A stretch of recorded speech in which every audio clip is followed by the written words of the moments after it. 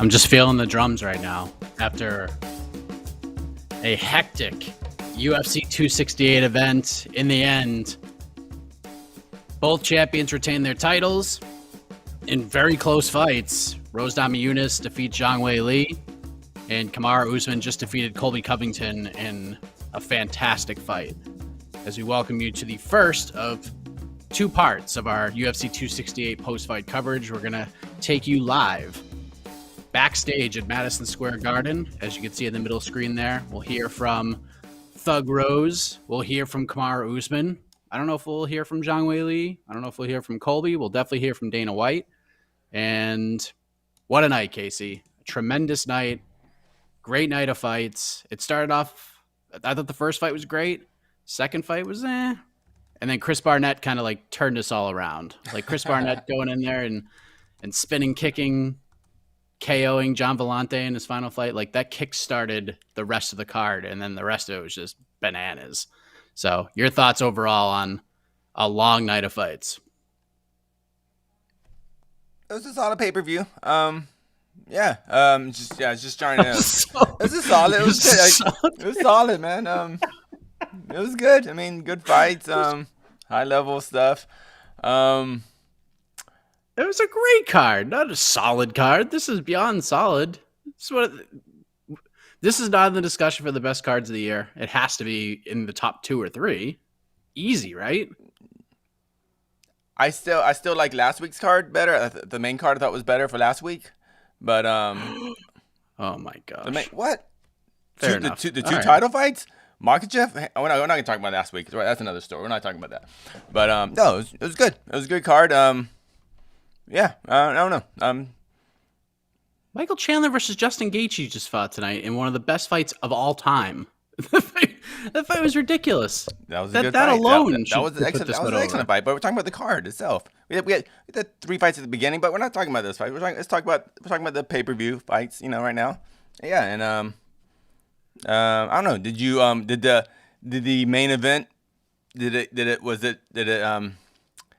fulfill your expectations?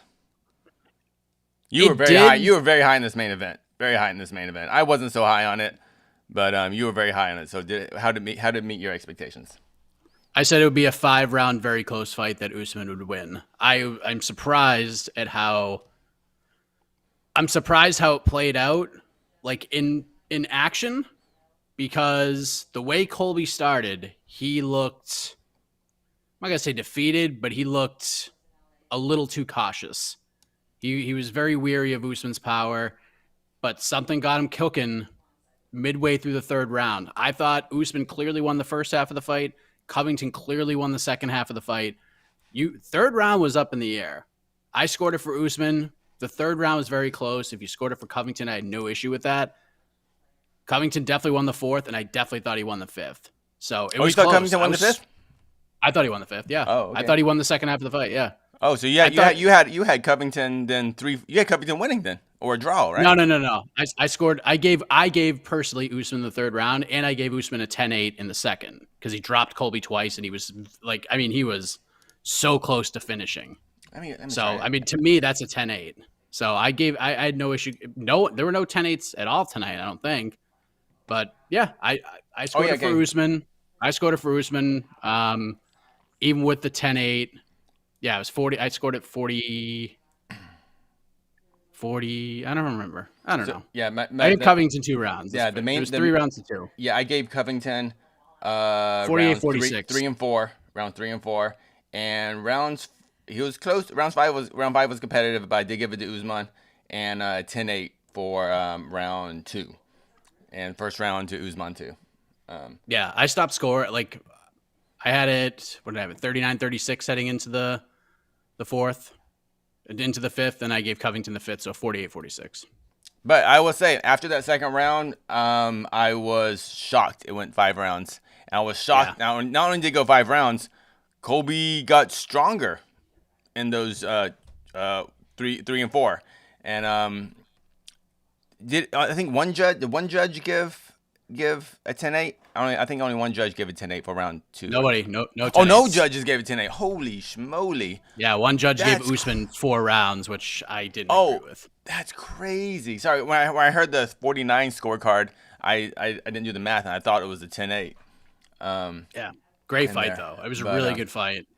Business picked up in the third, and it was just a good fight. Like, Usman cruised through the first half of that fight. He was in space, doing whatever he wanted to do. He was hurting Colby, and then Colby got going. He got fired up. He was throwing with some vigor, moved around a lot more. The body kick that he landed in the 4th round really got to Usman. You could tell that really stung him and turned the tide in the fight, forced Usman to kind of change his game plan a little bit. But good for Colby, man. Like, you can love the man, hate the man, however you want. I'm not even gonna.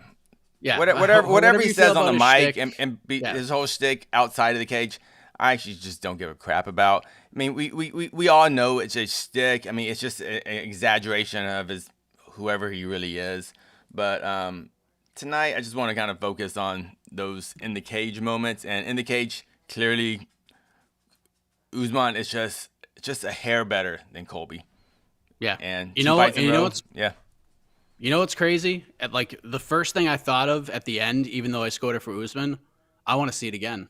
I want to see them fight again. Maybe not next, not like the next 2 fights, but I would love to see those guys run it back one more time, just to see the adjustments. I just think it's so close.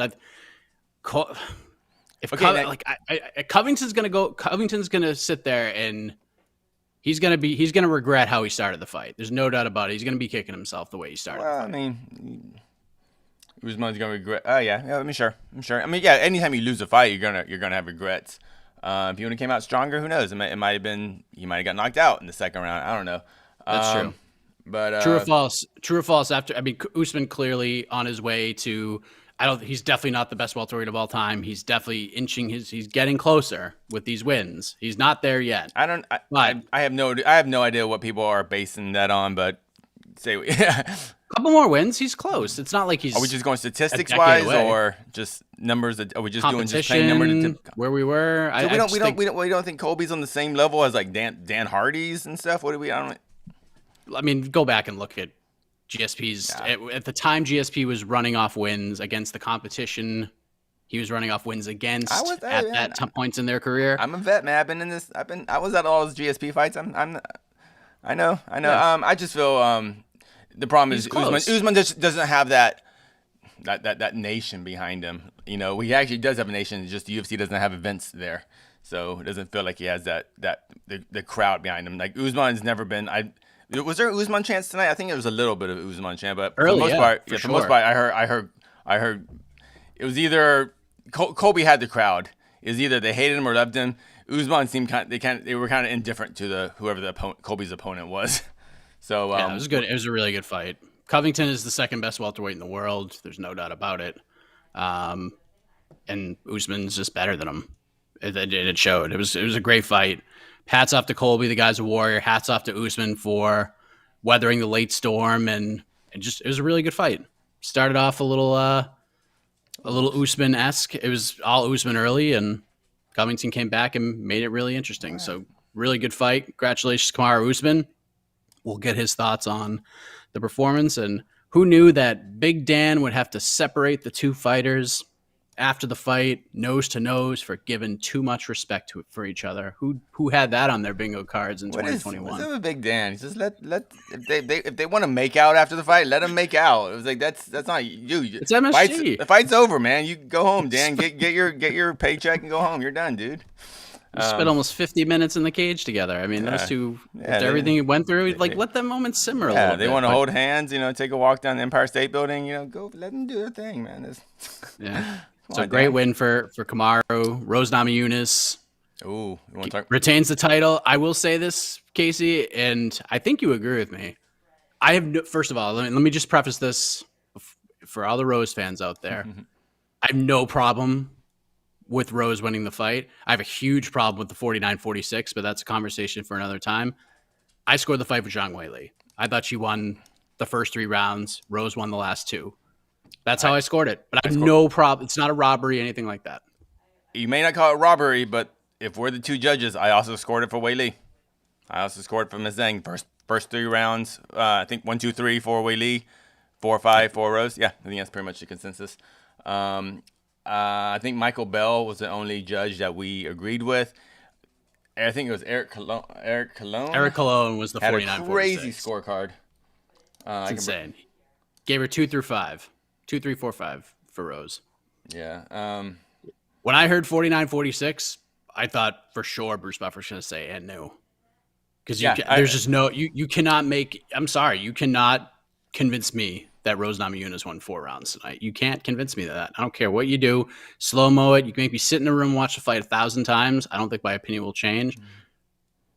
But it was a really good fight. Excellent really good fight. If you scored it for Rose, I had no issue with it. Yeah. But 49-46 is ridiculous.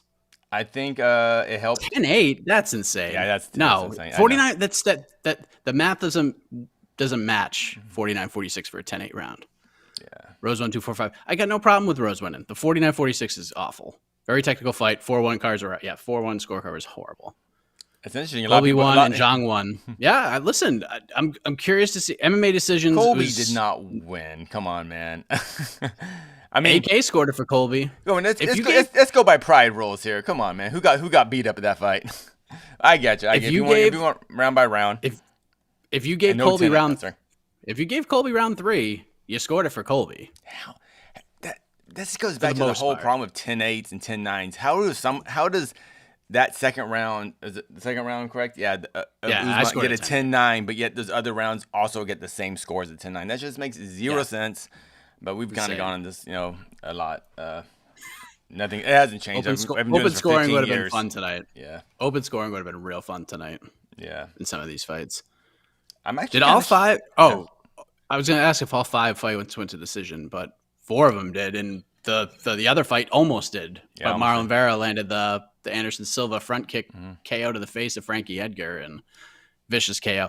Oh, might as well play the game here because this is going to be the toughest time we've ever played this game. Bonuses. I think the fight of the night is clear, but I mean, there's so many performance of the night possibilities here. Mr. Huggy Bear. You got to give him one. I got to give him one. And sorry, let me bring up the card real quick. I don't have it up in front of me. Ooh, what would be the second one? They better give multiple performance of the nights. Like I know Danny's going to say he's going to take care of them, but I mean, you got to give away 4 of them. I would have to give it to Bobby Green.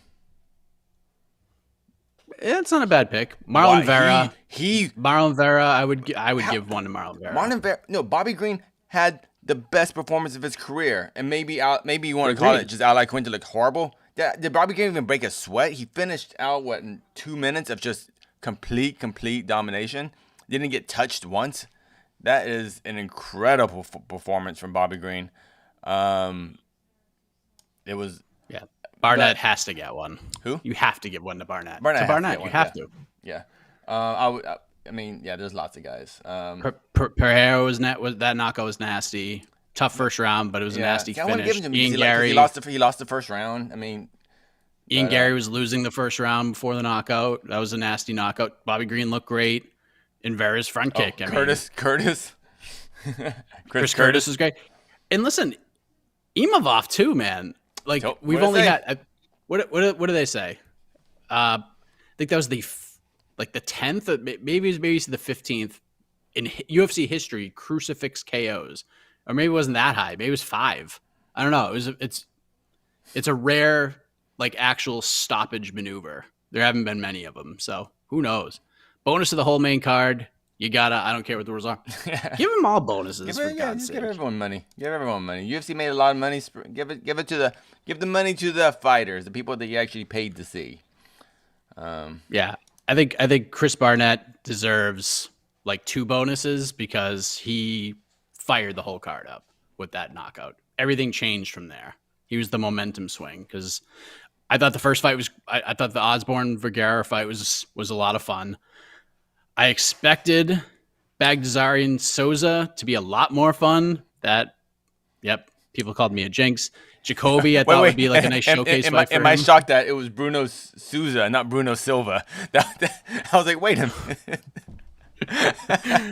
And then Dustin Kobe, good win for him. I think a lot of people expected him to just go up there and clean house quickly, but different scenario. Short note, took the fight in less than a week's notice, and then everybody just went bananas after that. I think we had 1, 2, 3, 4, 5, 6 knockouts in a row, and then we got Gaethje Chandler, which was ridiculous. How that fight went 15 minutes is beyond me. Both those guys are insane, and Michael Chandler doesn't get the heat clearly that Colby gets, but he gets a lot of it. I see it all the time on Twitter. You got to respect Michael Chandler now. Like, there's no more. Who is not respecting him? I don't get it. There's no more.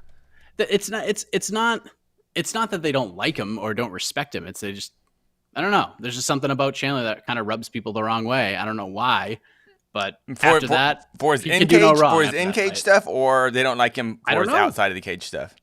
Like, I don't know. I mean, maybe it's the fact that he fought Justin Gaethje, and Gaethje's beloved by everybody, which he should be. But that fight was unbelievable. That was better than anybody could have. We had high expectations for that fight. That fight over-delivered. You know, I think it's hilarious. I remember when that fight came out, everyone was like, that needs to be 5 rounds. And everyone's like, there's no way that fight's going to decision. And all right. Here's Dana White to react to it all. Attendance tonight was 20,715. It was a complete sellout.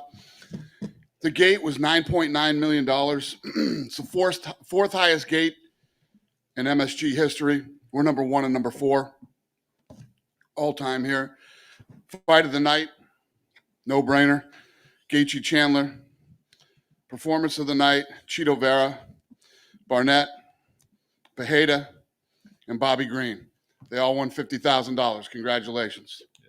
Dana, obviously just a crazy show from start to finish. I mean, what were your thoughts on the event, and obviously being back in a sold-out Madison Square Garden? Yeah, it was fun. I mean, you guys know, you felt it tonight. The energy in here was insane. The energy at the weigh-ins yesterday was insane. It's good to be back in New York. Yeah. Fight of the night, as you said, you probably could have written the check beforehand. Both those guys went to the hospital. So do you happen to have an update on medically how they are? We sent them to the hospital because that's what we do. I mean, as soon as it was over, I didn't want Chandler to do any media, talk to anybody. I just wanted him to get straight in an ambulance and go to the hospital. So, it's not like there was anything wrong with either one of them other than that was a war. We just want to make sure. We love fights like that, but I don't love seeing, guys get hit like that. So just precautionary. Justin Gaethje said, "Hey, listen, I win, I get a title shot. If not, I riot. Can we prevent the riot from happening? Is he in line for the winner next month?" It makes sense, but we'll see what happens. Fair enough. I don't make fights the night of the fight. Let's get your thoughts on the main event. Obviously, it looked like it was going to be over early, and then Colby Covington battles back and makes it a close fight. I mean, what was your thought on that? If Usman doesn't exist, Colby Covington is the champion here. Usman is just this guy's the best ever. He's the best welterweight of all time. He is on his way to possible GOAT status, and Colby Covington is one tough dude. I mean, he is so tough. Do you have to start looking for new things for Usman to do at this point? Like you said, with his domination, I imagine if Leon Edwards wins, he'd finally get a title shot. But I mean, it's like rematches moving forward, right? I mean, you start looking. There's still guys here. I mean, you got some guys out there talking about Khamzat Chimaev that he's ready for it. He's had 4 fights in the UFC. I get it. Listen, the dude's one of the coolest, baddest things we've ever seen. The way he rips through people. But once you break into that top 10. Top 5, and let's not even talk about Usman. I mean, it's a whole nother game. He's a couple fights away. If he can beat a couple of guys, in the top 10, top 5, then we'll see. Yes, Leon, has been waiting for a title shot for a long time too. He's been in there, fought the fights we told him to do. He's had a lot of bad luck. Things happen, but there's always somebody. Yeah. I did want to ask you, Kamaru's been talking about a possible boxing match with Canelo, which seemed surprising. I mean, is there something that you would even discuss? Is that what he said tonight? Yeah, well, he said this week he's just like the greatest pound-for-pound MMA fighter, the greatest pound-for-pound boxer. I watched the Canelo fight tonight. He don't want to fight Canelo. You don't want to fight Canelo. Come on, man. Let's stop this shit. If Canelo wants to come over here, let's do it. He don't want to box Canelo. I don't think Canelo wants to fight MMA either. So, Last thing I Good did, idea. I did want to ask you about the co-main event as well. Obviously, a great fight there as well. What did you think about the co-main event? Yeah, an awesome fight. Those two put on an incredible performance. I mean, I don't know what was a bad fight tonight. I mean, tonight was a great card. So many people look good. Burgos and Billy had to come in after Gaethje and whatever. But other than that would have been the fight of the night. I mean, that fight was incredible. And that's, I should have mentioned that too. I'm going to take care of those two guys too. They're not getting 50, but they'll get something that they won't be bummed out about. Nice. And the last thing I asked is, like I said, I know we don't make fights, but a couple of weeks ago we asked you about Carla Esparza saying that she was going to wait around for the title shot. And you said, "Hey, I'd stay busy." But what do you think? I mean, does she make sense as the next fight, or do you think there's options out there for Rose moving forward? No, we have an option. Yeah, you don't sit around and wait for fights. It's a really bad idea. Dana, to your right over here. To your right, Dana. Yeah. Weili obviously kind of in a weird position now, having lost twice in a row to Rose. Is it kind of regrettable when this kind of thing happens, or how far away is she from a title fight now? Because obviously it was very close and competitive, but it's a weird spot to be in for her. How far is Weili away? Not to make the trilogy right away or anything. She just lost the fight. Dana right here. Oh, well, yeah. Okay, fair enough. Yeah. Chris Barnett, though. She's pretty far. Yes. Chris Barnett, great performance. Obviously, spinning wheel kick for a heavyweight. Crazy to see that. Big personality. What do you make of this guy? Yeah, I mean, listen, he's impressive. Don't judge a book by its cover. Spinning wheel kick, flips, not a bad dancer either. Not at all. And Kayla Harrison said she was here in New York today. Do you know if she was in attendance at all? If she was what? If she was here at the fights? No. Not that I know of. She was. Oh, she was? Oh, there you go. Show you what I know. The backup, Vicente Luque, obviously he wasn't needed, but a lot of fans are wondering when we might see him back. He's obviously another guy at welterweight who's on a great run right now. Yeah. I don't know. The last thing on earth I'm thinking about right now. Some of the guys on the prelims, the debut of Alex Pereira, obviously a lot of people saying he might have the path to Adesanya after their kickboxing background. What were just your general thoughts? He looked damn good tonight, He did a great job defending the takedown and then, got the guy where he needed him, and incredible flying knee. And then Ian Gary. I mean, obviously it's very lofty to say anyone could be the next Conor McGregor, but certainly he has a couple of those ingredients. Just what were your thoughts on his debut for being such a young guy? Yeah, I don't think there's ever going to be another Conor McGregor, but he'll be whoever he is. And you know how the Irish support their own. So if this kid stays on a run and starts to do great things, I'm sure we're going to see big things from him. How does Dana White celebrate in New York? Start the what? How do you celebrate in New York City? A big event like this. How do I settle what? Celebrate. Celebrate? Yeah. I'm going to fucking sleep, man. I'm old. I can't do it like I used to. I'm very happy. We've had an incredible 2 weeks, back-to-back incredible fights. And, I'm tired. Dana, over here. Yeah. Have you spoken with Frankie Edgar? He was a little upset over that stoppage against Marlon Vera. I love Frankie Edgar. He's wrong. It was a great stoppage. Even when Frankie, was on his knees and arguing with the ref and everything else, when he still stood up, he wasn't right after. So it was a good stoppage. Chris Curtis, too, I think was one of the bigger underdogs on the entire night, moving up a weight class to fight Phil Hawes. What did you make of his performance? And thereafter, I think he had like 30-something fights before getting into the UFC. Yeah, no, he looked strong. He looked good, man. And, his performance was great, too. I got to give him something, too. Yeah, That's a good idea. Yeah. He was back here pleading for bonuses. I think he's ridiculously It's broke. coming. It's coming. Finally, what did you make of Bobby Green's performance, too? He looked awesome. What was crazy is when he threw those two punches, he was squared up. And, it was very impressive. And finally, what do you do with Edmund Shabazian now? He had such a bright future for so long. He had that countdown for he wanted to be the youngest champion. Now he's 3 losses in a row. Where does he go from here? I don't know. You give him another fight and see what happens. And I don't know. It's crazy how fast things can turn in this sport. 1 minute you're on the rise, next minute you're on a skid. It's a rough sport. Hey, Dana. Yeah. You've now had The Rock and Halle Berry presenting belts here at the Mecca, New York. Which one did you have more fun as a sidekick with inside the octagon? They're both fun. Halle is incredibly passionate about the sport. She loves the sport. That she just did a movie about the sport that's coming out soon. So, I'm going to support her however I can in promoting her movie. And because this is the Mecca, this is New York, do you think that'll be a trend to have a figure like that presenting belts every time we're here in New York moving forward? No, it just sort of worked out this way.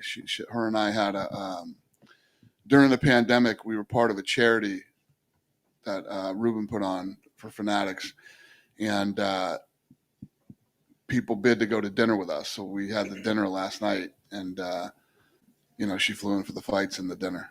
And last question, I know we're not thinking too far ahead here, but now that this is all said and done, this fight between Gaethje and Chandler, any idea what you're going to do with Beneil Dariush, who's on such a winning streak, the number 3 guy in the division? What did you ask me? What am I going to do with who? Beneil Dariush. Yeah. Yes, we do. I'm not going to tell you, but yes. We'll try in a few days. Yeah, all right. Dana here in front of you. Kamaru is now 15-0 in the UFC. The only one with a longer winning streak is Anderson Silva, who started 16-0. Is this run something? How special is this from what you're seeing here? I'm telling you, this guy is very special, man. He's damn good, and I think he's the greatest welterweight ever. He's obviously the pound for pound best fighter in the world right now, and he's one of the guys that we could all start arguing with about soon about GOAT status.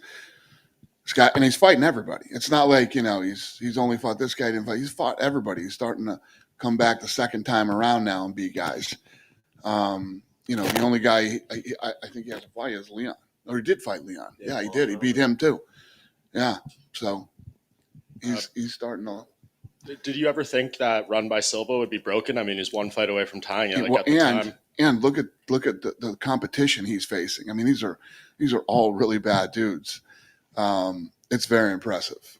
Would you like to see him, stay at welterweight, obviously for the foreseeable future, or is he a guy you think could maybe go for a second belt at 185? I know him and Izzy are close, but is that something that if we just keep going through these contenders that you would maybe consider? Yeah, I think you just keep winning.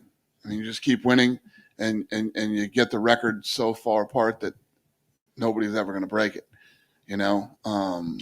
Anderson Silva, if you look at the 20 years, he did 16. And now this kid could do what? I don't know, 18, 20. How much longer does he want to fight? We'll see. And last thing, a lot of people were pointing out on Twitter and just seeing the action in the cage, a lot of fighters were slipping tonight. I noticed that too. Yeah. I don't know what the hell why that was happening. The canvas that we use is nasty. I mean, that stuff will take your skin right off. It's got such a high grade of I don't know what the fucking word is, but you know what I'm saying. What is it? Tack. Okay. I'll take it. And guys were slipping. I don't know why. I don't know what it is.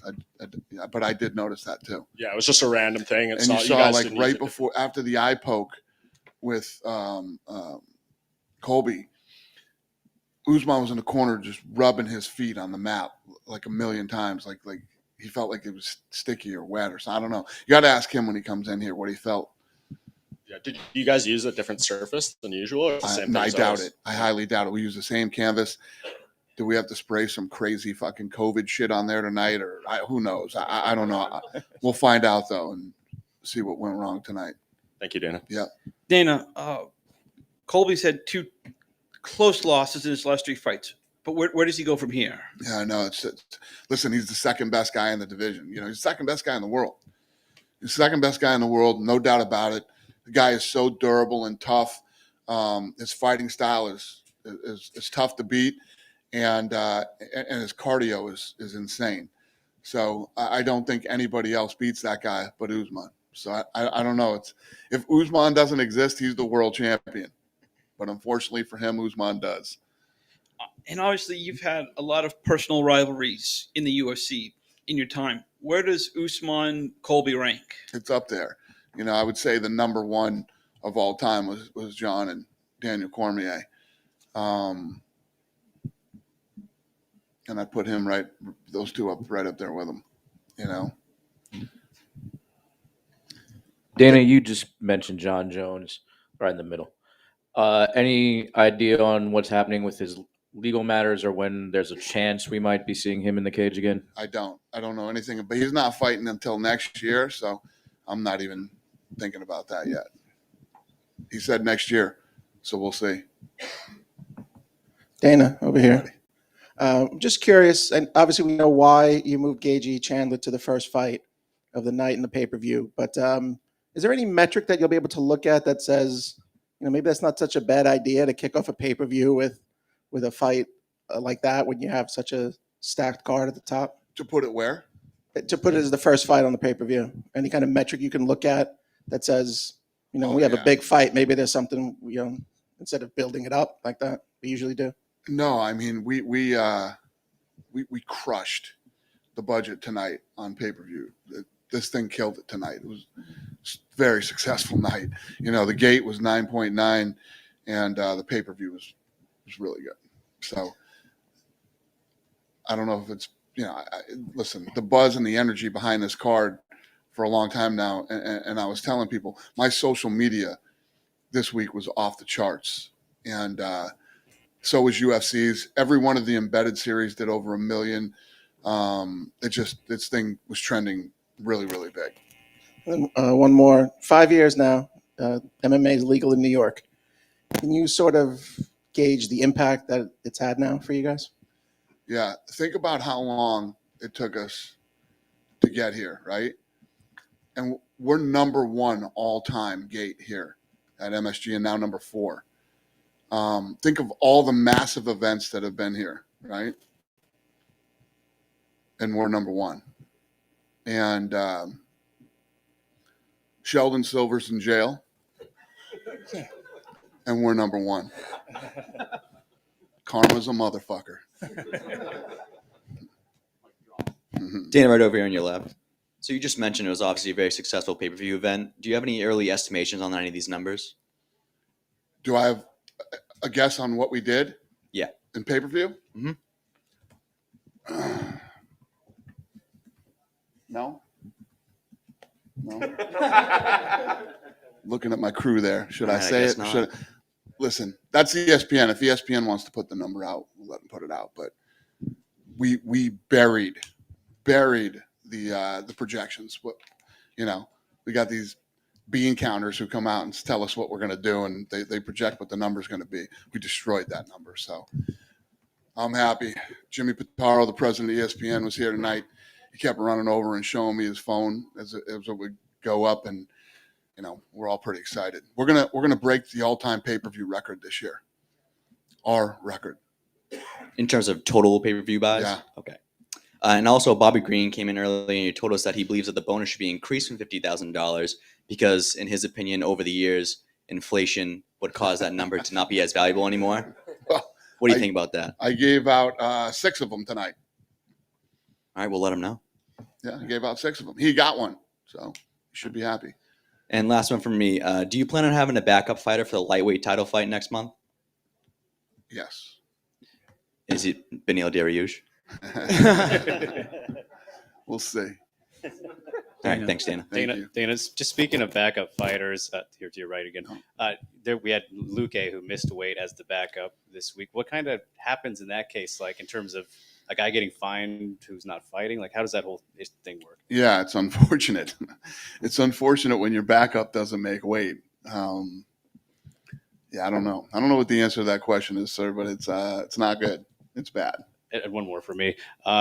This was a great card, right? Top to bottom, fantastic fights. When you look at the best UFC event of all time, how do you kind of assess which one? Like, does this feel like an all-timer to you? And personally, what would you say is the best UFC event we've ever had? Yeah, this was what was it? This was the 8th highest gate in UFC history.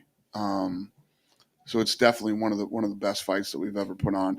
And there's nothing I love more than when there's so much hype around a card and the card actually delivers. And that's what means everything. So yes, the answer is yes. I would call this one of the best ever. Dana, how many more pay-per-views do you guess this sold than Canelo's fight? What's the question? How many more pay-per-views did you sell than Canelo did tonight?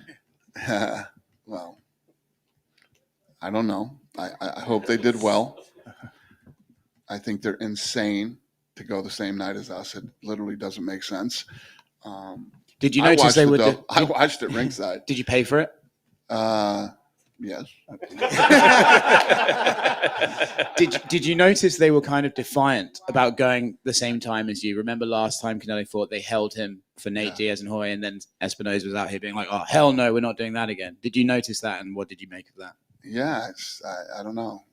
He's an asshole, so that doesn't surprise me. But yeah, it was a bad idea. I think it was a bad idea, and they charged like $80 for it. The thing was $80. But I like Canelo. I watched the fight. I bet on Canelo. How much? That's why I watched the fight. How much did you bet? I bet 100,000 on him to win by knockout. Congratulations. Thank you, sir. Dana, up here over in the middle. Hey, we obviously see you guys come back to New York City for this, this Madison Square Garden card in November. I know you guys are starting to look into, expanding where you're traveling to more. Do you think you'd be back in Brooklyn anytime before next November, maybe? I don't know. We'll probably be back in MSG.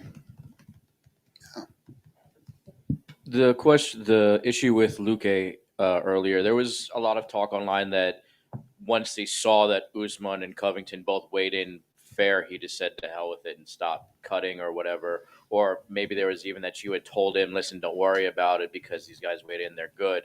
That wasn't the case. You seemed to, when you I like that story. That's a good story. But doesn't seem to be I don't accurate. think he made weight. I wasn't there. Did he make weight? No, he did not make weight.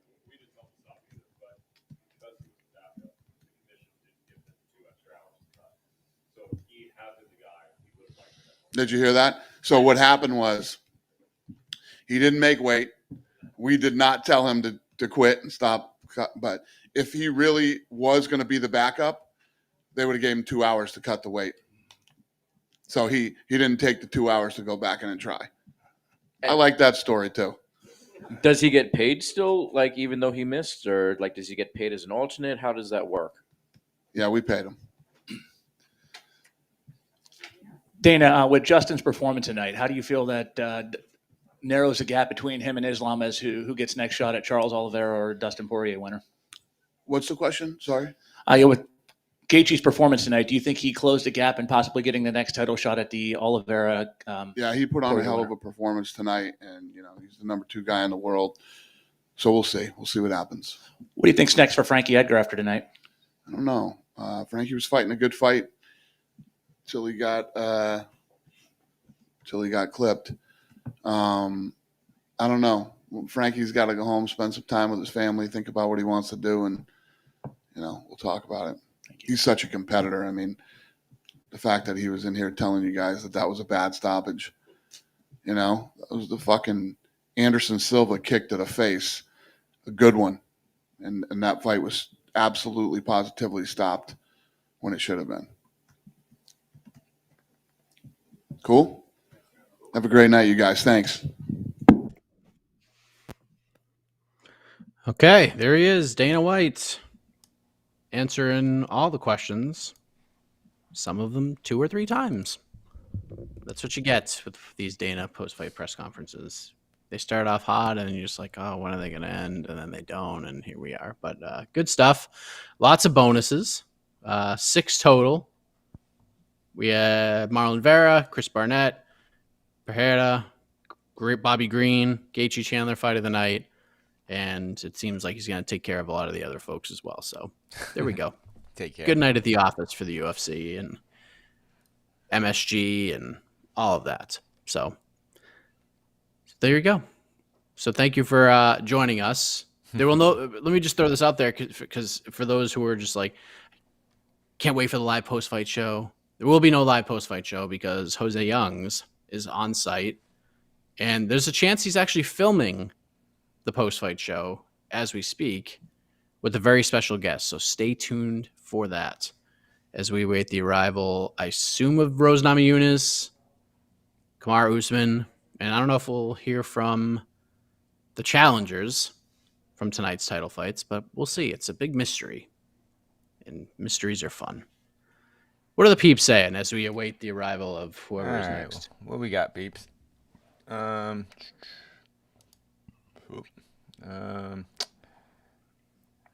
Anything related to tonight's fight, people? Well, I will say this: the scorecards for Usman Covington are out. All three judges gave Usman the first 2 rounds. No surprise. No 10-8s. How is that not a 10-8? How is that not a 10-8? Okay, go on. 2 of the judges, Dave Torelli, Derek Cleary, gave round 3 to Usman. Sal D'Amato gave round 3 to Covington. All the judges gave Covington round 4. And 2 of the judges gave Usman round 5, and 1 gave it to Covington. So Derek Cleary was the 49-46. He gave Usman rounds 1, 2, 3, and 5. Okay, outside of no 10-8s, all those scorecards seemed okay. Yeah, I'm with. I was on the 48, either 47 or 46 side, however you want to look at it. 49, both 49-46s were, as the kids say, a little sus. Yeah, my kid says sus all the time. So what does that mean? Sus. Suspect. Why don't you say suspect? That's what the kids say. The Kid kids. says sus all the time. I'm like, what the hell are you talking Sus, about? yeah. It took me like a year to figure out what sus meant, and now I know, and I can't get it out of my head. So, good night of fights. Oh, whoops, that's the wrong one. Fake taxi. Casey, match make the perfect Barnett return. Go, Casey. First of all, Barnett just needs to be on every card. I just put him on every dang card. He doesn't even have to fight anyone. Just have him walk out, dance for a little bit, like in between fights. Man, this guy's amazing. Oh, never mind. Zhang Weili has arrived. Let's hear what she has to say. I guess just how are you feeling? Obviously, a very difficult fight, a very exciting fight. How do you feel right now? 他说：“你现在感觉怎么样？是一个非常难的比赛，但是非常刺激的比赛，让人兴奋的比赛。”我现在感觉挺好的，就是很遗憾。I feel very good, but just I feel it's a shame I did not win the fight. Did you feel that you had done enough to win the fight? Some of the rounds were very close. Did you feel you had done enough to win? 好几个回合都是你们的，就是差距就是非常的怎么说焦灼吧？你觉得你做了足够多，然后赢得这场比赛吗？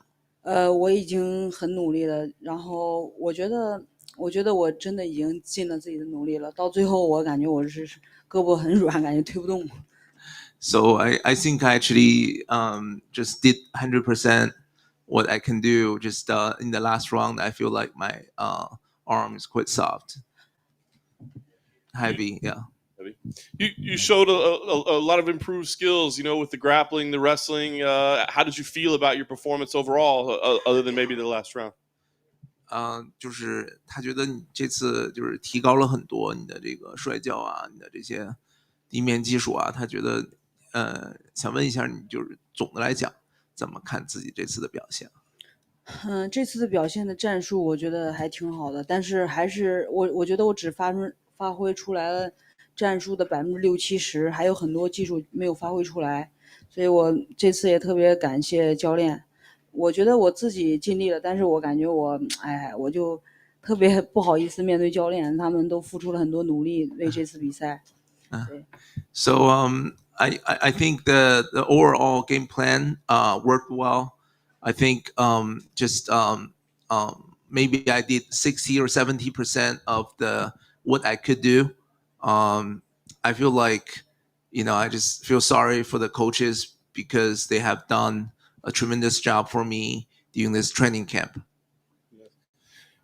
I know you'll still be working back to the title, but do you believe you'll fight Rose again sometime in the future? 我知道你还会就是继续打这个头衔战，然后你觉得你还会和 Rose 再来一场吗？ Yes， 我觉得今天的比赛很拙。其实大家都发挥出来最好的自己吧。我觉得我也很期待有下一次的比赛。I think today's fight is a really close fight. I think we both performed the best of ourselves. I'm very much looking forward to a rematch with Rose. 而且我也坚信，如果再有机会的话，我肯定会回来。And I believe that I'll get my belt back if I have the opportunity. Very nice. Last thing for me, I guess. What's the plan now? Do you go back to China? Do you stay here in the United States and continue to train here? What's the plan moving forward? 你下一个计划是什么？你要留在美国吗？还是再回中国训练？我应该先回中国，然后如果有下一次比赛的话，我会提前更长时间来美国备战。I think I'll go back to China. For the next fight, I will probably come to the US a little bit earlier to train. Thank you. Weili, to your right over here. You're really working the leg kick very well early on in the fight, and it was just going very well for you with that attack. So I'm curious, was that a big thing you wanted to focus on? Was working the leg? 就说你就是这个比赛前面就是你的这个踢腿，然后非常的奏效啊，就是做得很好。就是这个踢腿是你的战术的一部分吗？对，踢腿是战术的一部分，但是只是一点点，然后我没有发挥出来更好的战术，没有结合的更好。Yes, the kick is a part of the plan, but I feel like I only did a small percentage of what we have planned. I could do so much better. So I know you just had this fight and it was very good and competitive, but are you thinking of when you might want to get back in there, like a rough idea? 他说你这场比赛做的就是比上一场好很多，就是你想过什么时候再回来打下一场吗？我觉得 UFC 只要给我安排比赛，我就可以去打，可以接受。I would love to come back as soon as UFC arrange my next fight. Would you be open to a fight with your fellow countrywoman Yan Xiaonan if that was presented to you? 如果 UFC 要让你跟严小楠打，你愿意去打吗？我听 UFC 的安排吧，但是其实，很多中国选手是不希望打内战的。Well, I think I'll just listen to what UFC told me to, who they want me to fight. But actually, a lot of Chinese fighters, they don't like a civil war. They don't like go against each other. Thanks, Weili. Weili right here. A lot of the pre-fight talked about, how is Weili going to feel being out there? Is just her morale? She hasn't lost in a long time. Can you just talk about mentally how you were feeling this week and this morning and just leading up to the fight? 他说很多人就是在想你心理上的就是情况吧，因为你上次比赛就是说输的很快嘛，然后大家都有点担心，所以你想问问你这场比赛就是比赛前一周或者比赛日，就是你心理上就是你心态感觉怎么样？我的心态挺好的，就是我就是很感恩这次机会，可以在这儿打比赛，然后可以展示自己，然后所以我每天都很开心，然后跟我团队我们都每天都特别开心，所以我就是很开心有这次机会，所以我也没有觉得怎么样。对，就是因为胜负我们没有办法去控制，但是我们只能控制自己，然后做好每一个15秒。So I actually I'm just so grateful for this opportunity to fight in New York in front of such a big audience to showcase my skills. So every day I was pretty happy, with my training with my coaching team. We can't really control the outcome of the fight, but we just try to control the effort that we put into the fight. I just try to win every 15 seconds. And my final question, there was a lot made about, is there a rivalry, how you felt about her comments that she made before the first fight. Can you say that any bad blood, just it's over now between you and Rose? 就是说，其实这场比赛之前，就是大家很多人在说你的第一场 Rose 的语言啊，就是一些言论。然后你觉得这场比赛结束，你跟 Rose 之间就没有什么就过节了吗？你觉得？因为我觉得第一场的时候，其实他为了赢嘛，就是肯定是利用了很多的东西。然后这一场的话，就是没有，就是我们就是真真实实的打了一场比赛。我觉得不管是冠军还是挑战者，我觉得我们都应该用真正的实力在场上来去表现，对，而不是去说那些就是关于政治啊，关于别的东西的，对。So I think, for the first fight, maybe she just want to win, so she used those different tactics outside of octagon that get her advantage. I think for this fight, I think we're competing in the octagon fairly. I think I would like to just showcase our skills and strengths or ability inside the octagon. I think that's what we should focus on. Thank you, Weili. Thank you. Weili over here on your left. You said that you trained with your teammates, booing you and heckling you during this camp. Now that the fight's over, did you think that tactic was successful, and did it help you at all when you were walking out to the cage tonight?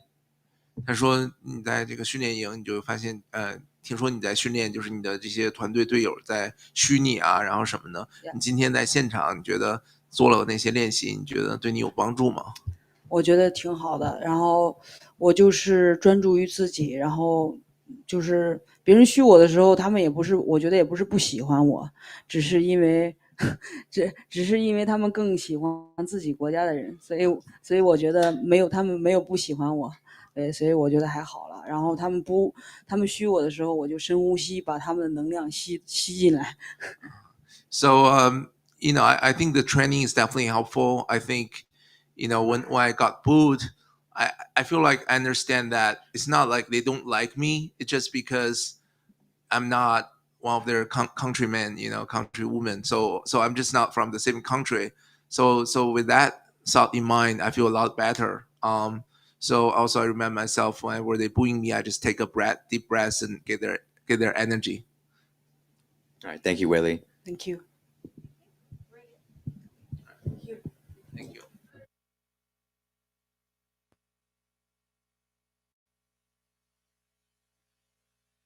Okay, there she is, the former UFC strawweight champion. Close fight. I scored it for Zhang Weili. She's taking it like a champ. No excuses, no arguments. She moves on. Where she moves, I don't know. And I said this before, and I said this on the weigh-in show. I like the fight. Like, great matchup. Two very good fighters. Tremendous matchup. This is what I was afraid of. Because now Zhang Weili, after being being positioned as a massive star for the company, breaking into new markets for the company, is now lost 2 fights in a row. You have an emerging contender in Carlos Esparza. You have a division that's gotten a little bit more interesting with Marina Rodriguez getting wins. You got Joanna coming back. I mean, what do you do with her now? Like, do Mackenzie Dern? I don't know. Yeah, I think it's like that's a fine fight. There we go. Around that area. Or you do the Joanna rematch, which I'm more than fine with. I don't like those rematches. I rather that build up to something. Because if Weili wins, what would he do with Weili then? I'd rather Weili fight like a Marina Rodriguez, like a Mackenzie Dern, Amanda Hebus, someone in that area. Yeah, I say 2 more wins or whatever, and if the UFC feels she's good enough put her back in a title fight, who knows? Oh my goodness, did DC and Joe Rogan have they never heard the name Carla Esparza? Were you listening to the I was like, I felt so bad for Carla. And and even Dana, Carla's never getting a title shot. The whole she just needs to keep fighting. Well, yeah, you keep fighting. Eventually, you will lose, and you'll lose your title shot.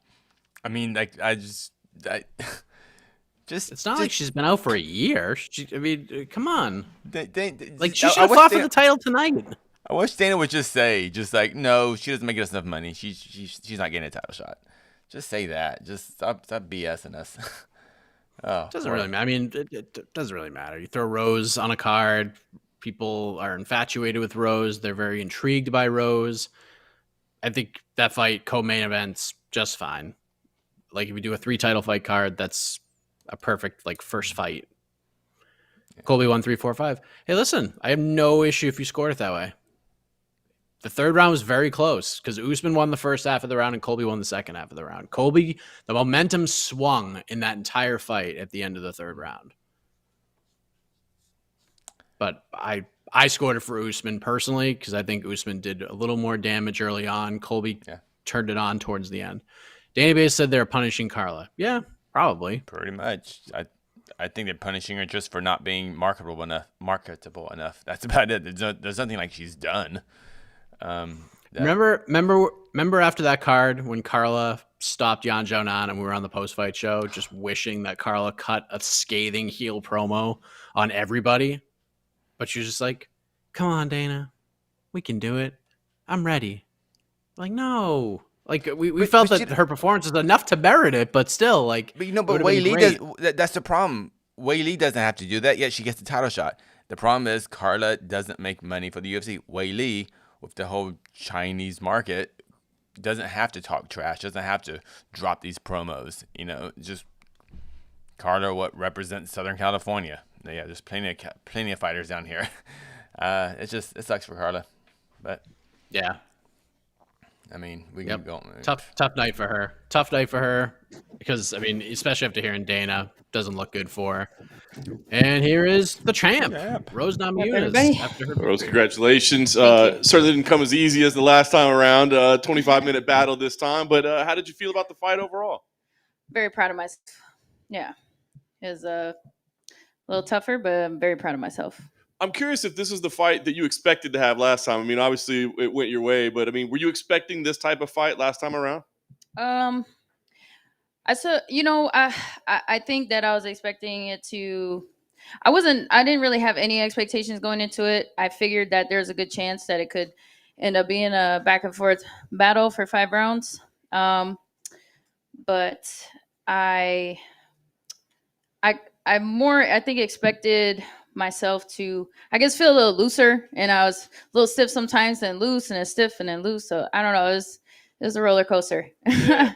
Oh, I was going to ask you about that because, like, early on, it did seem like you were a little tense or tight, or I don't know exactly what it was. Could you feel that? Do you know what it was? I'll have to go back and assess, but I mean, I definitely got to give some credit to Weili. She came out pretty strong in the beginning, and I just knew that this is a 5-round, this championship fight, so I got to pace myself. Yeah. Obviously, her striking power well known, but a lot of talk about her improvements in grappling, wrestling. Did she impress you there? Did you feel like she had improved from what she's shown in past fights? I think she did improve. Even maybe her distance management was really good. But yeah, I was expecting that for sure. So it wasn't a surprise that she had the improvements that she did, but she did really good. You turned it on late, really started to take control of the fight. Do you feel like there were any like real adjustments that you made, or was it more just finally getting comfortable at that point? Yeah, it was just like sort of loosening up and just committing a little more to everything. I was holding on to something. I don't know why. Yeah. They go to read the scores. I know you said you felt confident, but I mean, when they're reading those things out, does it get a little scary? Are you starting to think about, is this, are we losing this belt? I was pretty convinced going into the 5th that I had won it. It was sort of like pretty close in my mind, I guess, for the rest of the fight. But going into the 5th, because of it was such a dominant round for me, I felt as though that I won it, and I felt good, and I felt like I could even go more. But yeah, when they read her name off on the scorecards first, I was like, oh, wait, is it going to be her, then me, then her, or something? But no, but yeah, judges, you never know what the judges could see. And I know it was a close fight, so I was ready for whatever. I'm sure you're anxious to start preparing for somebody else and move on. But do you feel like you're done with her for good in your career? Or do you think that you're going to meet sometime down the line? She obviously, she's really committed to martial arts and being the best. So I'm sure that she's going to do whatever it takes to try to contend for that title again. So I wouldn't be surprised, but we'll see. Nice. Last thing for me, I know you're going to want to celebrate, enjoy it, take a little time off, but we always want to know what's next for the champions. I know Carla Esparza said that she feels like she really should have been here tonight. Yeah. Do you feel like she's next? I mean, is that the fight that, like, if you got to choose, you would prefer to take that one? I mean, she was on my mind before, I guess, going into this one.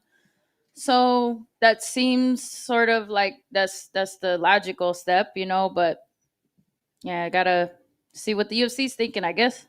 But yeah, I would love to fight Carla. Rose, to your right. To your right over here. Oh shoot, sorry. Other right. Did you intentionally choose the Goldberry body armor right there? No, but it is the most delicious one. No. Yeah, it is delicious. Yeah, it is quite good. Having fought Weili twice now, do you see her struggling against the rest of the division, or could you see her being like an intercontinental champion of sorts, where she's only just not going to be able to beat you? Where do you see her standing in the division going forward? I mean, it's tough to say for sure, but I see her being a tough fight for anybody in the division. I mean, you've seen what she's done in the past, so I could see her. I could see her giving anybody a run for their money for sure, especially the improvements that she made. So, I guess it just depends on how her mindset goes from here. And when you look at the rest of the division, do you feel that Weili is still the biggest threat to you, or does someone like a Carla or Marina Rodriguez stand out a little bit more? I'm gonna have to think about that one. Get back to you on that.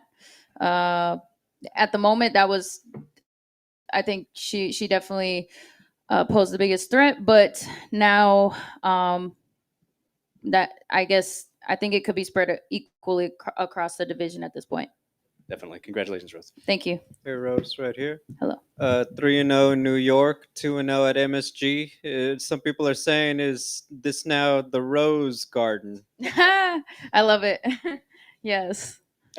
Obviously, tougher fight than the last one, but you are a very good martial artist, and obviously it's all about improvement. When you have a 5-round fight like this, how do you dissect it in terms of what was effective, and just when you look at it back, how do you see it in terms of how did I get better from the last one?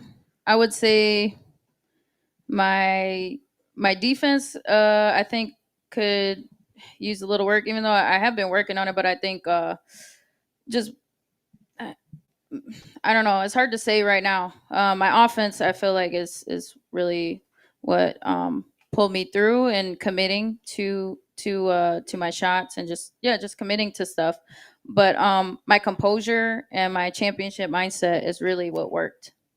We saw backstage Valentina Shevchenko congratulated you. Obviously, you, Valentina, Amanda, just like really, 3 women at the top of the game. Just what's it like to have that kind of respect from a peer like that after a performance like tonight? I said it before, I'll say it again. I think Valentina's my favorite fighter, definitely one of my favorites. So huge honor, definitely enjoy training with her, and I'm really happy for all the success she has, and I just love watching her. What does an off season look like for Rose Namajunas? Because obviously you take a vacation, but it's like, how long is it before you're like, I need to work in the gym and just make sure skills don't deteriorate in the off season? Oh, I would say this past year, it's been, for this last training camp, I've been training 6 months straight. And then before the last one, it was a 6-month training camp as well. Maybe I didn't have, my eyes or like contract necessarily specifically signed, but I knew about something on the horizon. So I've been in a training camp nonstop. And I think that's what's really contributed to my success these days is even though I'm doing stuff on the side or, just enjoying my time, I'm always trying to improve and trying to get better, staying active in the gym. And I think that's something that I've learned as I've matured is just be a martial artist and always be ready. Thank you and congratulations. Thank you. Rose, right here. I asked you and Kamaru this question at the press conference, but I'm just wondering when Justin Gaethje was fighting and that insanity's happening, were you watching it? And how are you keeping your emotions in check at that moment so you didn't have like an adrenaline dump before your fight? So, yeah, I definitely was. I mean, every time I watch Gaethje fight, it's like, I mean, Kamaru is obviously we're teammates as well, but Gaethje just has those crazy, something about the way he fights, it gets you moved. And that definitely had my heart racing. And usually I don't watch the other fight. I might check it out in my peripherals or whatever, during my warm-ups and stuff, and I'm usually pretty focused, but I couldn't not watch. It helped that it was a little break, before mine, but yeah, that was a challenge. And I'm so glad that he won, and I'm so glad that it was exciting, classic Gaethje style of a fight, but it was tough. Yeah. Do you think Trevor solidified himself as the coach of the year tonight by going 3-0?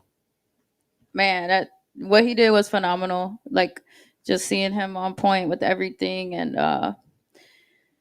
like I said it before. I was definitely nervous about this undertaking, all of us as a team and whatnot, and for him to, but that's what I always said was, if anybody could do it, it's Trevor. So I would say I'm a little biased though.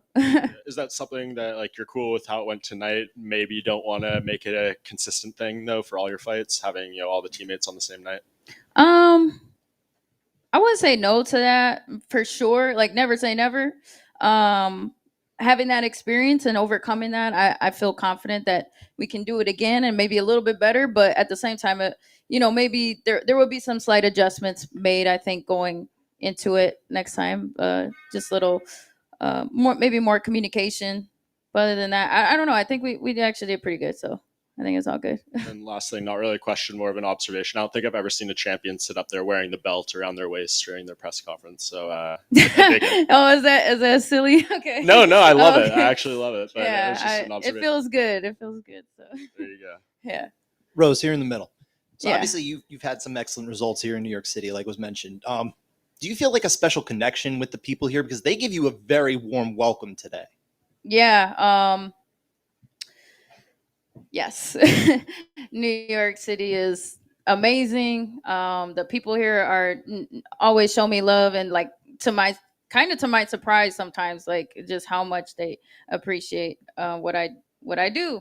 And but New York City inspires me. Like I said after weigh-ins, like they're the toughest people in the world. Like, this is the coolest city.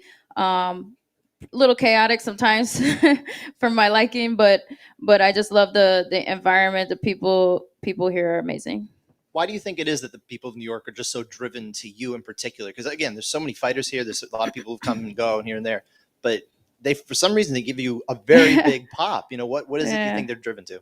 I don't know. Maybe it's because I don't know. Maybe I'm like, maybe I'm like always the underdog or something. I don't know.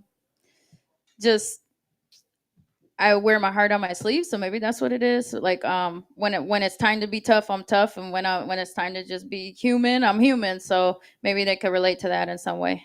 Thank you. Thank you. Rose, over here on your left. Mhm. So a lot of more fighters than usual were slipping out on the canvas in the cage tonight. Did Yeah. you notice a difference at all in your fight? Yes, I for sure. Like, that was the first time I felt slippery on the canvas. That was a little weird. Maybe that's why I don't know, was just standing there. But I felt it was a little slippery too. And what was it like having Halle Berry wrap the belt around you? Was that a special moment? That was pretty awesome. Yeah. It took me a second. The weigh-ins, I was just so lasered and focused that I didn't realize till later that, oh gosh, that was that was her up there. Like, that's amazing. Huge fan of hers, and yeah, to have her put the belt on is wow. All right, thanks, Rose. Thank you. Couple questions in here in the middle. You gave props to Weili earlier for her distance management, but it did seem that when the fight was standing at distance, you were really managing the range very, very well. Aside from maybe one or two shots, you didn't seem to get hit by a lot of the stuff from just a standing. There was a lot of stuff in the clinch, a lot of groundwork. Was there something in particular with your footwork this particular camp, or just walk through that? I guess I have to rewatch the footage, because in my mind, I felt like she was just moving side really well. So normally she's kind of just straight back and forth. And I think that was maybe sort of her, maybe something that she implemented, maybe working with Henry and them over there. So yeah, the side to side was definitely a little more challenging, because it made me want to go in instead of like, I guess drawing her in. Okay. Yeah. Rose, I wanted to ask you a quick question back in the back. You've discussed your battles with trauma in the past. As a fellow trauma survivor myself, I wanted to get your tips. What do you do on a daily basis to overcome that, especially getting in front of people, big crowd in Madison Square Garden, very pro Namajunas. What does that do to help boost your confidence and help your battle with trauma? Good question. There's a lot of things that I do. Well, number one is I think, having Pat in my corner and amongst everybody else, Trevor and Greg Nelson and Chico, having a really good support system is important. Having connection to my higher power is, is everything to me as well. And then, just, I would say, there's a book called Fight Your Fear and Win, or Fight Your Fear to Win, I think, or Fight Your Fear and Win. But yeah, it'll kind of walk you through all the different little, my sort of mental processes that we all kind of have. I realized that mental strength or weakness is not a black and white issue. It's more of like your mind is like your body, right? Like you have biceps and legs and, calves, and there's different muscles. So I feel like mental strength depends on the context. So in some situations, one person could be very mentally strong, in another situation, you could be really mentally weak. So it's just about training those specific areas. But I don't know if that answers the question properly, but yeah. Thank you. You're welcome. Rose, over here. Sort of along those lines, I was watching the fight. I noticed at one point I saw Weili got a punch through to you, and then you said, "I'm the best. I'm the best." I noticed it looked, at least from my point of view, looked like that's what you said. Is that correct? Oh yeah. And was that yeah? that We were something talking to consistent each that other you were in doing there the whole time? She was saying, well, I was saying I'm the best, and then she was saying I'm the champion, and she came out, and then I was like, I was the best, I'm the best. So yeah, we was going back and forth. Yeah, yeah.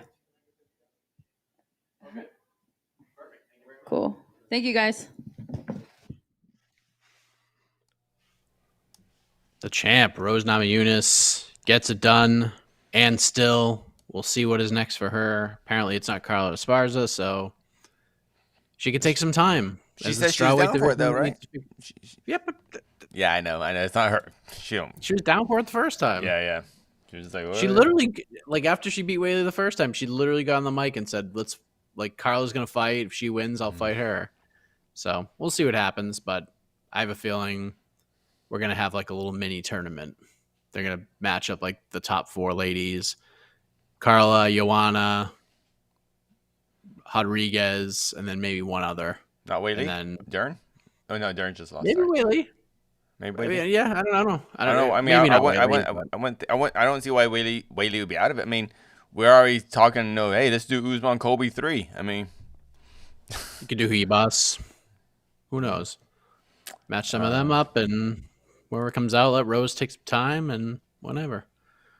Who actually thinks Zhang was robbed? I don't think anybody thought she was robbed. Like, I don't think you can use the word robbed. I scored it for Zhang, but I have no issue with Rose winning. Like, it was a close fight, very close fight. Yeah, I scored it for Weili too, and yeah, I don't know. That's just close fight. I think having the home crowd advantage was advantageous. So, because for close rounds, the judges are gonna, those shots that might have been blocked, but the crowd cheered for them as if they landed. That's what those affect close fights. All right, so I do want to read one question because we usually get a bunch about this on the post-fight show, so might as well react while we probably await maybe Colby Covington. Luke asked about Joe Rogan on the broadcast tonight. So Joe was actually pretty good tonight. In my opinion, seemed like he actually took the criticism to heart, came back, tried to improve. There were still the same quote-unquote Roganisms, but he seemed like he actually prepared and was professional this time. Thoughts on Rogan on the broadcast tonight? I would say for the most part, it was okay. Well, we'll talk about that. Oh, maybe some other time. Here's the champ, boxer Kamaru ever. Usman. Here we go. Congratulations, another win. You keep extending the streak. A win in this rivalry. What's the emotion like for you right now after that performance? Just content. That was about 30 minutes ago. So, I'm over it now. My daughter passed out. So, obviously that's my main concern is, making sure that she has a good time, making sure that she remembers tonight and it's memorable for her. So, that's really what's on my mind right now. But once I get home, of course, then I'm going to start, watch the fight and start to decompress and take it all in.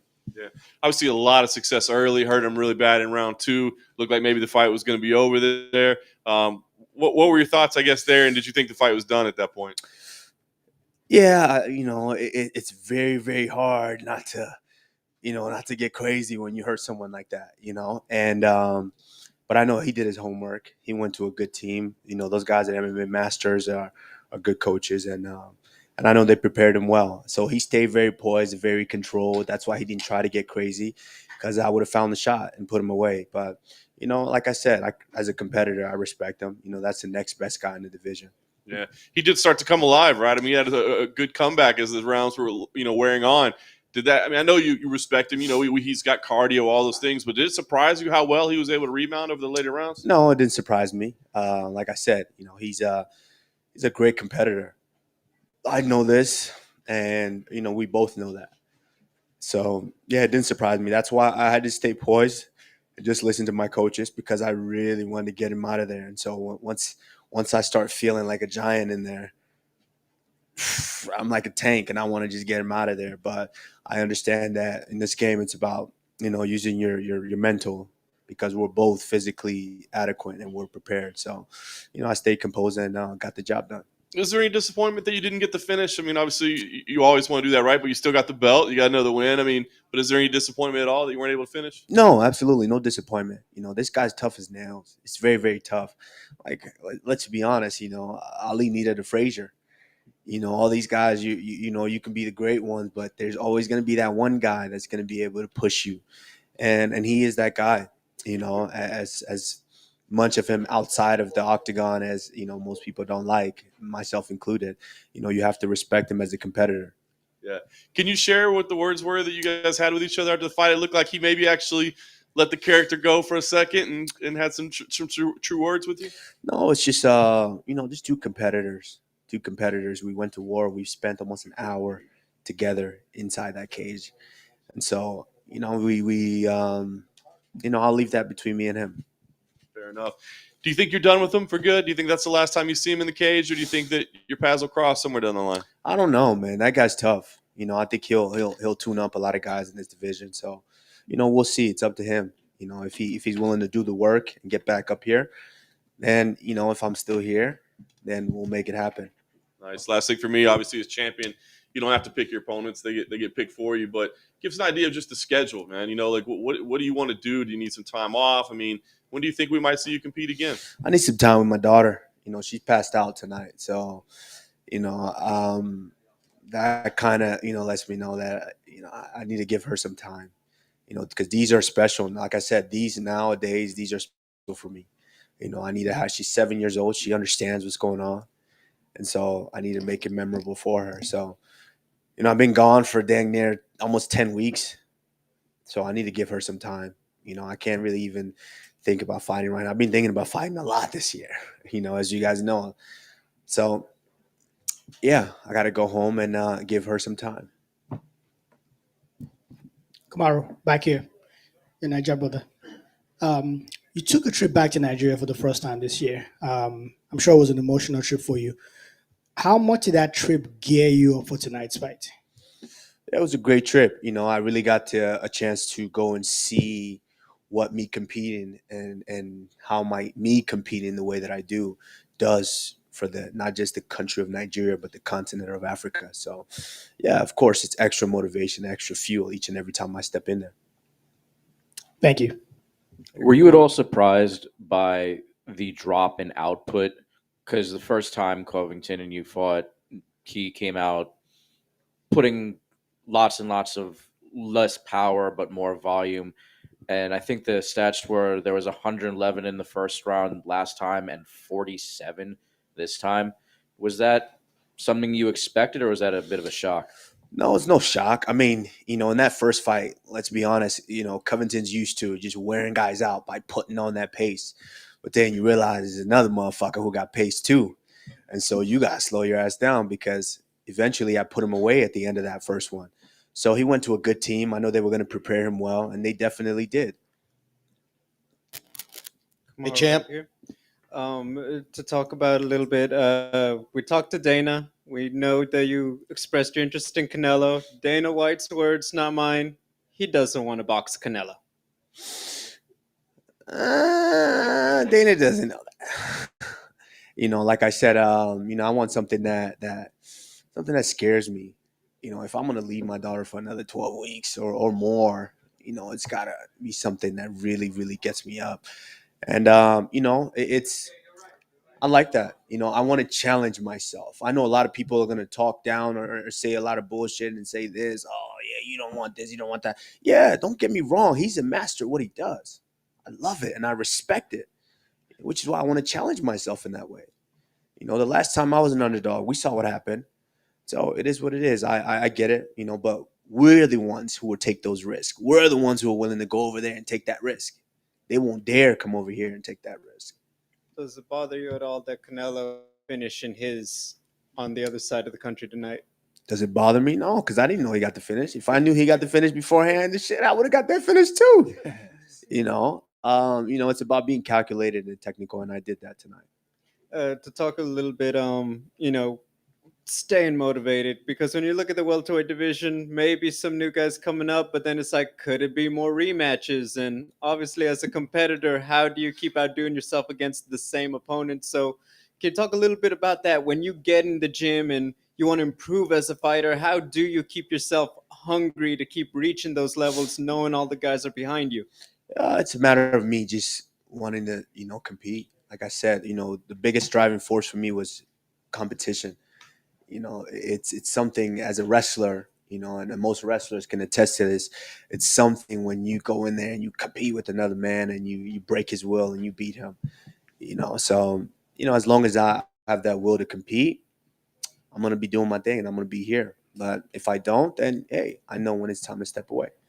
It's very rare nowadays to have a UFC champion defend the belt 3 times in the calendar year. Obviously, they were big fights. You had a strong B side in April, and then obviously tonight. I mean, I know it's a lot of sacrifice, a lot of training away, financially and everything else with the attention. Has it brought you those things you were looking for? Because obviously, you could have said, Dana, maybe I need just a little bit more time before I get back in here.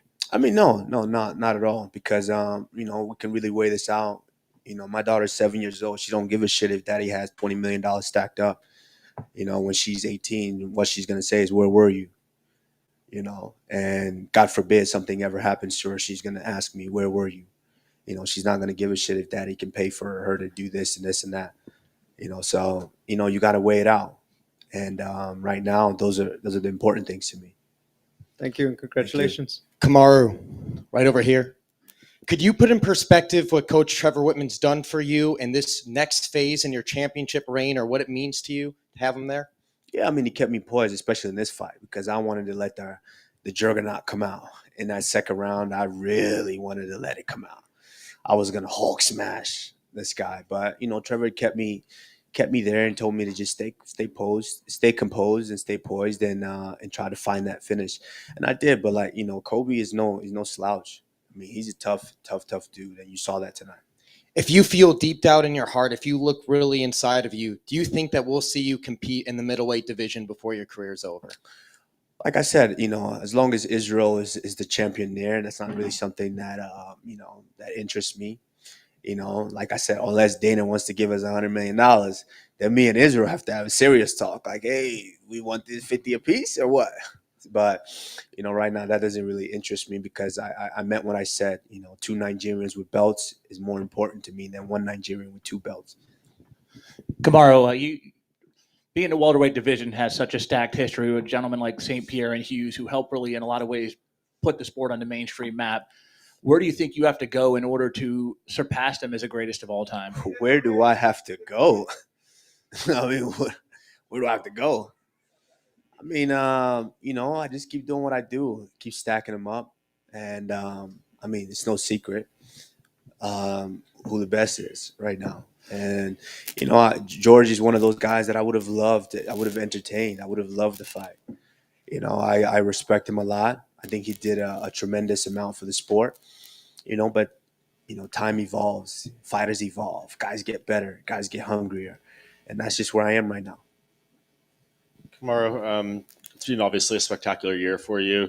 Do you feel like you are right now the front runner as the fighter of the year? I think it's probably a 2-horse race if Dustin Poirier can win the title next month. But do you think it's you? I mean, I'll let you guys decide that. But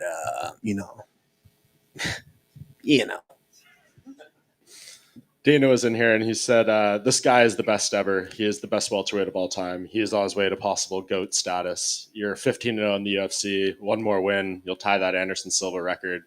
How close are you seeing your ceiling? Like, do you think there's a lot of room for improvement for you? Yeah, absolutely.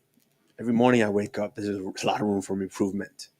And the way that I pee in the toilet, there's a lot of room for improvement there. Sometimes you only hit the seat, and you gotta wipe it down. But there's room for improvement every facet of life. And as long as I'm still hungry to do this, then hey, I'm gonna keep improving. I asked Rose the similar question when I asked you guys at the press conference. Justin Gaethje's fight, obviously an insane back and forth battle, incredible performance by him. Were you watching that, and was it difficult to keep your emotions in check and not, get too high so that you have an adrenaline dump before your fight or something like that? No, he's a madman. So and then I have to fight that guy every day at practice. So no, it wasn't. It was just. For us, it was just a matter of, we're screaming instructions. Relax. Don't get crazy in the back like he could hear us. But, he's just, he's a special fighter, special athlete. Is this something you'd like to do again, having all three of you on the same card, or do you think Absolutely. Yeah? Yes. You'd do it every fight if you could? Yeah.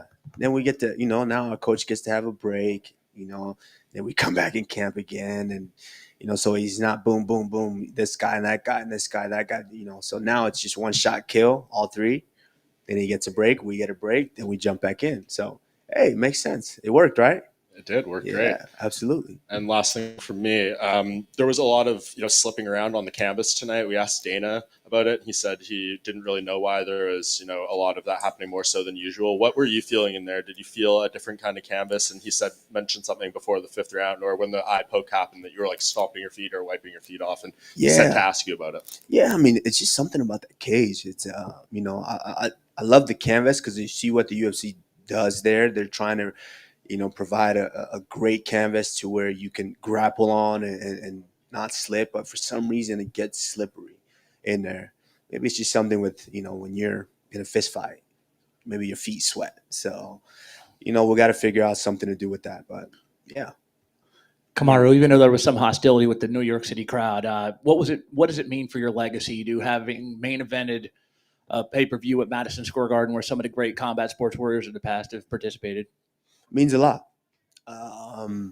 Like I said, right now it's kind of hard to process it, but when I get home and really decompress, I'll be able to process how special tonight was.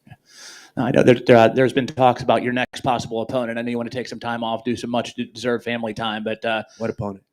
Oh, I mean, who are you looking at next if you had to make a choice? I mean, Luque's thrown out there. I know he's your former teammate with the Black Zillions. Everybody's talking about Hazmat. Who would you like to fight next if you had your way, besides Canelo, obviously? Like I said, it's a business now. So we're going to go back. My manager, Ali Abdelaziz, does what he does best. And we'll sit with Dana, and Dana does what he does best. And we'll see what makes sense.